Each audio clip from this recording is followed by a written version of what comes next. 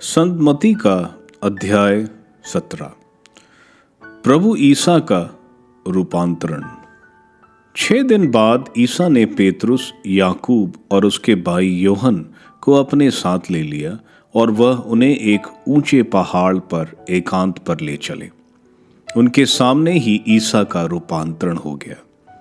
उनका मुखमंडल सूर्य की तरह दमक उठा और उनके वस्त्र प्रकाश के समान उज्जवल हो गए। शिष्यों को मूसा और एलियस उनके साथ बातचीत करते दिखाई दिए। तब पेतरुस ने ईसा से कहा, प्रभु, यहाँ होना हमारे लिए कितना अच्छा है।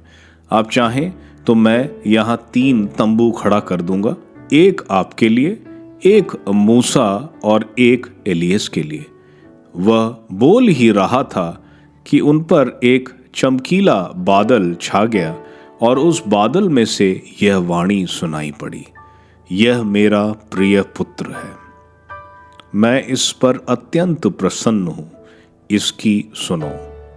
यह वाणी सुनकर वे मुंह के बल गिर पड़े और बहुत ही डर गए। तब ईसा ने पास आकर उनका स्पर्श किया और कहा, उठो, डरो मत।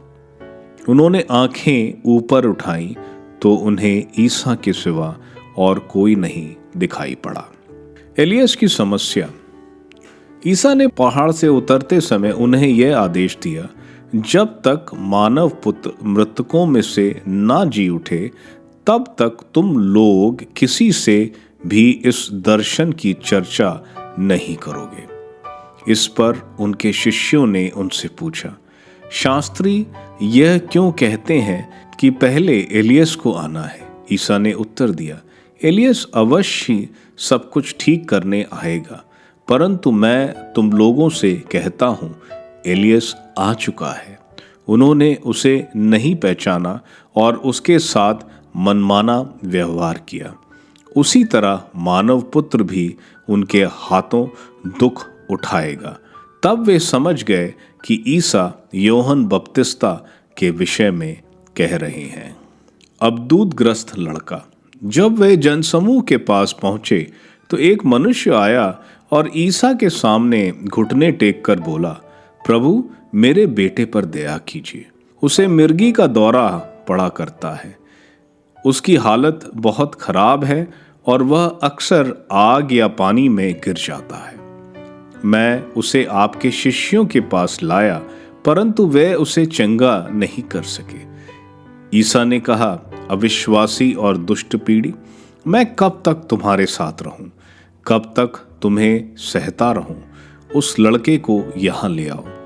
ईसा ने अबदूत को डांटा और वह लड़के से निकल गया। वह लड़का उसी घड़ी चंगा हो गया। बाद में शिष्यों ने एकांत में ईसा के पास आकर पूछा, हम लोग उसे क्यों नहीं निकाल सके? ईसा ने उनसे कहा, अपने विश्वास की कमी के कारण। मैं तुमसे ये कहता हूं, यदि तुम्हारा विश्वास राई के दाने के बराबर भी हो, तो तुम इस पहाड़ से यह कहो, यहां से वहां तक हट जा, तो वह हट जाएगा और तुम्हारे लिए कुछ भी असंभव नहीं होगा। परंतु प्रार्थना तथा उपवास के सिवा किसी और उपाय से अबदूतों की यह जाति नहीं निकाली जा सकती। दुख भोग और पुनरुत्थान की द्वितीय भविष्यवाणी। जब वे गलीलिया में साथ साथ घूमते थे तो ईसा ने अपने शिष्यों से कहा, मानव पुत्र मनुष्यों के हवाले कर दिया जाएगा। वे उसे मार डालेंगे और वह तीसरे दिन जी उठेगा। यह सुनकर शिष्यों को बहुत दुख हुआ। मंदिर का कर। जब वे कफरनहूम आए थे तो मंदिर का कर उगाने वालों ने पेतरुस के पास आकर पूछा, क्या तुम्हारे गुरु मंदिर का कर नहीं देते? उसने उत्तर दिया, देते हैं। जब पेतरुस घर पहुंचा तो उसके कुछ कहने से पहले ही ईसा ने पूछा, सिमोन, तुम्हारा क्या विचार है? दुनिया के राजा किन लोगों से चुंगी या कर लेते हैं? अपने ही पुत्रों से या परायों से? पेतरुस ने उत्तर दिया, परायों से। इस पर ईसा ने उससे कहा, तब तो पुत्र कर से मुक्त है। फिर भी हम उन लोगों को बुरा उदाहरण ना दें, इसलिए तुम समुद्र के किनारे जाकर बंसी डालो। जो मछली पहले फंसेगी उसे पकड़ लेना और उसका मुंह खोल देना। उसमें तुम्हें एक सिक्का मिलेगा, उसे ले लेना और मेरे तथा अपने लिए उनको दे देना।